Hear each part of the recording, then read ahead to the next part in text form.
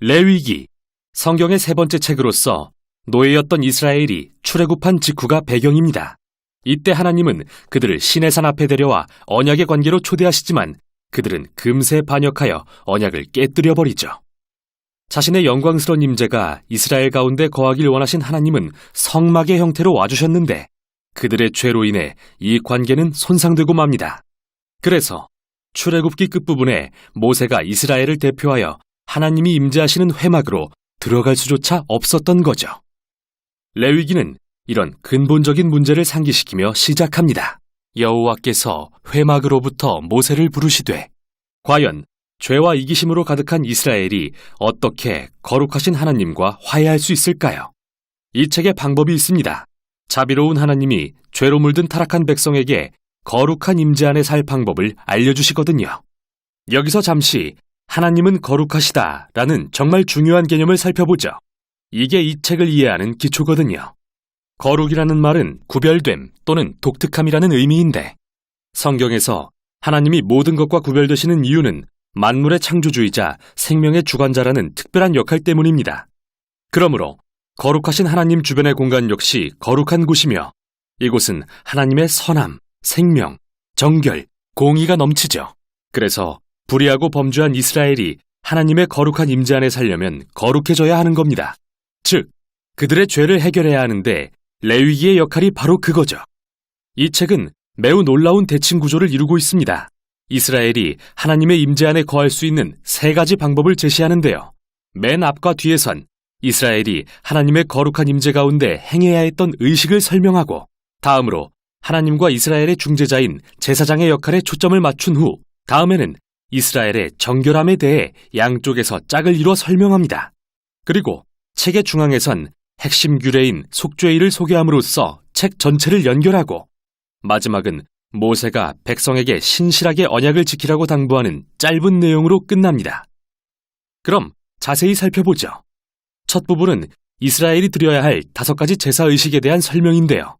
이 중 2가지는 이스라엘 백성이 하나님께 받은 것에 대해 감사의 의미로 되돌려드리는 상징적인 제사이고 나머지 3가지는 하나님께 사죄하는 각기 다른 방법입니다. 이스라엘 백성이 살아있는 동물의 피를 바치며 자기 죄로 인해 하나님의 선한 세상에 더 많은 악과 죽음을 불러왔다고 고백합니다.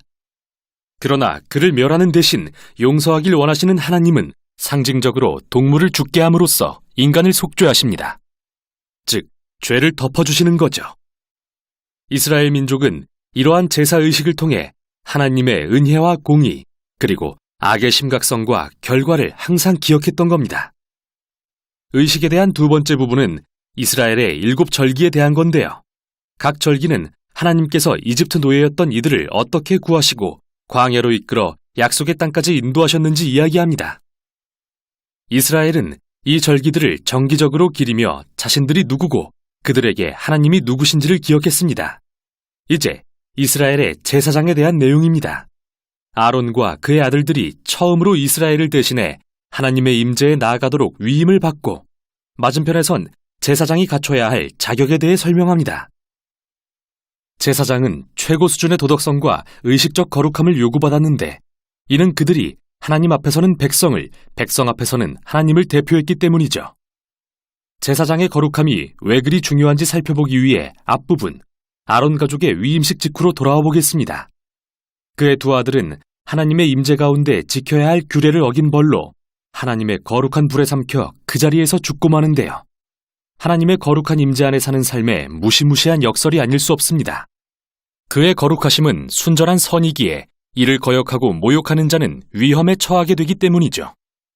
그래서 이토록 이스라엘의 제사장과 온 이스라엘 백성의 거룩함이 중요한 건데요. 다음 내용이 이에 대한 설명입니다.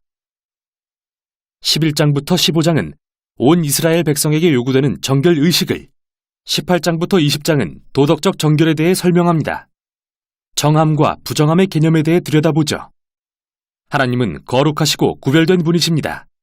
그래서 그분의 임재로 들어가려면 이스라엘도 스스로를 거룩하게 해야 하는데 이를 깨끗하거나 정결한 상태라고 부릅니다. 반면 거룩하지 않으면 누구도 하나님의 임재에 접근할 수 없는데 이는 더럽거나 불결한 상태라고 합니다. 이스라엘 백성은 체액과 접촉하거나 피부병이 생기거나 곰팡이나 균을 만지거나 주검을 만짐으로써 부정해졌습니다. 이것들은 모두 죽음, 즉 생명의 상실과 관련이 있는데 여기에 중요한 상징이 담겨 있습니다. 누구라도 죽음과 접촉하면 그것이 전염되어 부정해진다는 말이죠. 죽음이 하나님의 거룩과 반대되는 이유는 그분의 본질이 생명이기 때문이고요. 그러니까 핵심은 부정함은 죄악도 아니고 잘못된 것도 아니라는 겁니다. 이런 것들과 접촉하는 건 일상에서 자연스레 일어나고 부정함도 일시적일 뿐이죠. 1, 2주만 지나면 끝나니까요. 죄악이고 잘못된 것은 바로 이러한 죽음과 부정의 상징들을 몸에 지닌 채 하나님의 임재로 나아가는 겁니다. 그러진 말아야겠죠. 마지막으로 먹으면 부정해지는 동물도 있었는데요. 여기서 유대인의 음식법 코셔가 등장했습니다. 왜 특정 동물을 부정하다고 금하셨는지에 대해서는 의견이 분분합니다. 위생적 차원이다, 문화적 금기다 등 명확한 설명은 없지만 기본적인 요지는 분명한데요. 이처럼 세밀한 문화적 상징을 통해서 이스라엘 백성은 하나님의 거룩하심이 삶의 모든 영역에 영향을 미친다는 걸 기억할 수 있었던 겁니다. 여기에 대칭되는 부분이 이스라엘의 도덕적 정결인데요. 하나님은 이스라엘에게 가나안 민족과 다르게 살라고 요구하셨습니다. 가난한 자를 지나치지 말고 돌봐야 하며 성적으로 매우 순결해야 하며 사회 전반에 정의를 실현해야 한다고 하셨죠. 그리고 책의 중앙에는 이스라엘의 절기인 속죄일이 자세히 소개되는데요. 분명히 백성 중 누군가는 죄를 짓거나 불순종을 하고도 제사를 드리지 않았을 수 있기에 대제사장은 1년에 한 번씩 2마리의 염소를 잡아 한 마리는 백성의 죄를 대신하는 속죄 제물로 바치고 다른 한 마리는 희생의 염소로 삼았습니다. 제사장이 이스라엘의 죄를 고백하고 이 염소에게 그 죄를 전가한 뒤 광야로 내보내는 상징적인 의식이었죠.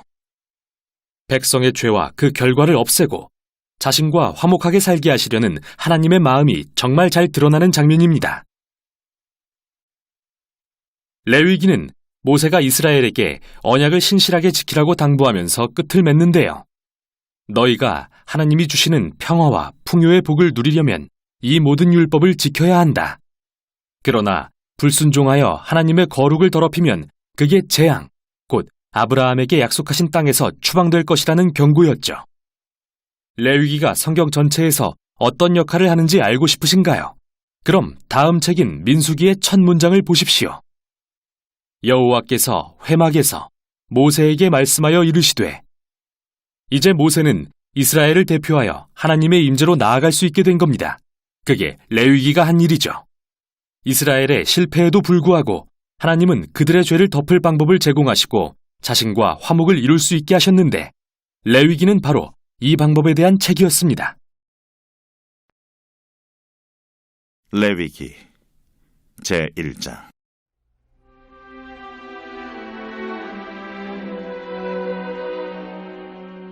여호와께서 회막에서 모세를 부르시고 그에게 말씀하여 이르시되 이스라엘 자손에게 말하여 이르라. 너희 중에 누구든지 여호와께 예물을 드리려거든 가축 중에서 소나 양으로 예물을 드릴지니라.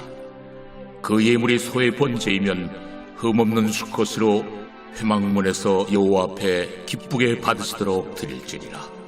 그는 번제물의 머리에 안수할지니 그를 위하여 기쁘게 받으심이 되어 그를 위하여 속죄가 될 것이라.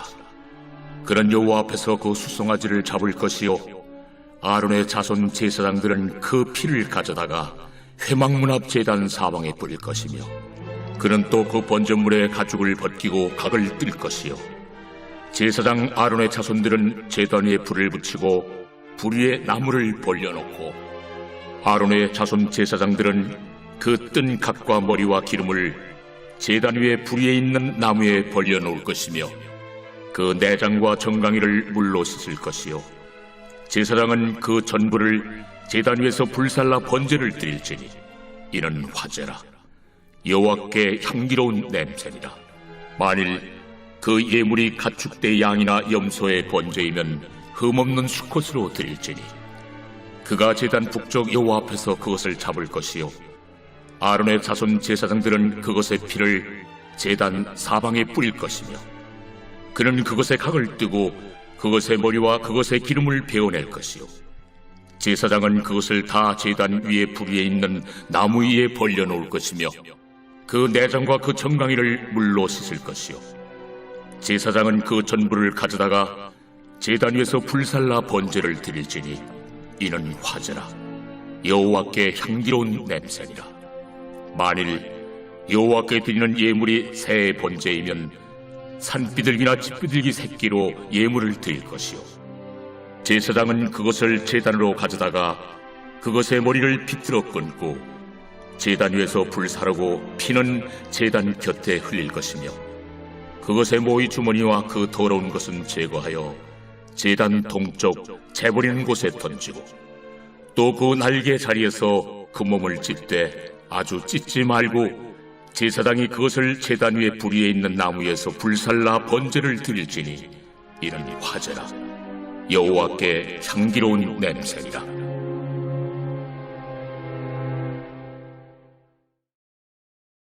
제 2장. 누구든지 소재의 예물을 여호와께 드리려거든 고운 가루로 예물을 삼아 그 위에 기름을 붓고 또 그 위에 유향을 놓아 아론의 자손 제사장들에게로 가져갈 것이요 제사장은 그 고운 가루 한 움큼과 기름과 그 모든 유향을 가져다가 기념물로 제단 위에서 불사를 지니 이는 화제라 여호와께 향기로운 냄새니라. 그 소재물에 남은 것은 아론과 그의 자손에게 돌릴지니 이는 여호와의 화제물 중에 지극히 거룩한 것이니라. 내가 화덕에 구운 것으로 소재의 예물을 드리려거든 고운 가루에 기름을 섞어 만든 무교병이나 기름을 바른 무교전병을 드릴 것이요 철판에 붙인 것으로 소재의 예물을 드리려거든 고운 가루에 누룩을 넣지 말고 기름을 섞어 조각으로 나누고 그 위에 기름을 부을지니 이는 소재니라. 내가 냄비 것으로 소재를 드리려거든 고운 가루와 기름을 섞어 만들지니라. 너는 이것들로 만든 소재물을 여호와께로 가져다가 제사장에게 줄 것이요 제사장은 그것을 제단으로 가져가서 그 소재물 중에서 기념할 것을 가져다가 제단 위에서 불사를 지니 이는 화제라 여호와께 향기로운 냄새니라. 소재물에 남은 것은 아론과 그의 아들들에게 돌릴지니 이는 여호와의 화제물 중에 지극히 거룩한 것이니라. 너희가 여호와께 드리는 모든 소재물에는 누룩을 넣지 말지니 너희가 누룩이나 꿀을 여호와께 화제로 드려 사르지 못할지니라. 처음 익은 것으로는 그것을 여호와께 드릴지나 향기로운 냄새를 위하여는 제단에 올리지 말지며 내 모든 소재물에 소금을 치라. 내 하나님의 언약의 소금을 내 소재에 빼지 못할지니 내 모든 예물에 소금을 드릴지니라. 너는 첫 이삭의 소재를 여호와께 드리거든 첫 이삭을 볶아 찌은 것으로 내 소재를 잠때 그 위에 기름을 붓고 그 위에 유향을 더할지니 이는 소재니라. 제사장은 찌은 곡식과 기름을 모든 유향과 함께 기념물로 불사를 지니 이는 여호와께 드리는 화제니라.